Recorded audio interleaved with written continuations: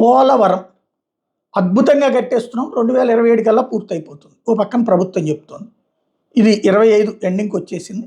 Bridge construction అప్పట్లోనే గేట్లు ఇవన్నీ పూర్తయినాయి కాబట్టి ఆ పైన బ్రిడ్జి కన్స్ట్రక్షన్ అయితే 27కి పూర్తయిపోతుంది. కాకపోతే 1 కోటి ఎకరాలకి నీళ్ళు వెళ్ళాలన్నటువంటి అసలు సంకల్పానికి 45.5 అడుగుల దాకా వెళ్ళాలి. 41.5 దాకా వెళ్తే గనక అది కేవలం ఒక బ్యారేజీగా ఉంటుంది. అయితే గీతే దాన్ని బేస్ చేసుకుని ఎత్తిపోతల ద్వారా నీళ్లు పంపించేటటువంటి కార్యక్రమం బాబు గారు చేస్తున్నారు.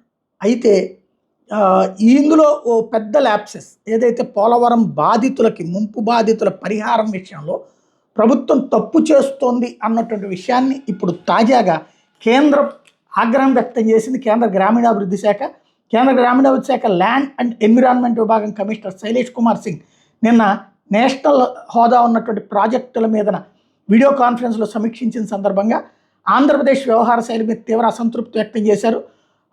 పోలవరం ప్రాజెక్టు నిర్వాసితులకు పరిహారం చెల్లింపుల్ని పరిశీలించారు. మొదటి దశలో భూసేకరణ కోసం 12,832 కోట్లను చెల్లించాల్సి ఉంటే 6,609 కోట్లు మాత్రమే ఇవ్వడం ఏంటని పెదవిర్చారు. నిర్మించిన పునరావాస కాలనీల నిర్వహణ జలవనరుల శాఖ చేపట్టకపోవడం పట్ల ఆగ్రహం వ్యక్తం చేశారు. నిర్వాసితులకు ఒకే దఫాలో సహాయ పునరావాస పరిహారం చెల్లిస్తే ప్రభుత్వం తమకు సరైన నష్టపరిహారం ఇచ్చిందని అందరూ భావిస్తారు. విడతల వారీగా ఇస్తే కనుక ప్రభుత్వం మీద అసంతృప్తి పెరుగుతుందని తెలియదు అన్నటువంటిది ప్రశ్నించుకొచ్చారు. నిర్వాసితులకి సహాయ పునరావాస చెల్లింపులకి అధిక ప్రాధాన్యం ఇవ్వడం అని చెప్పేసి ఆదేశించారు.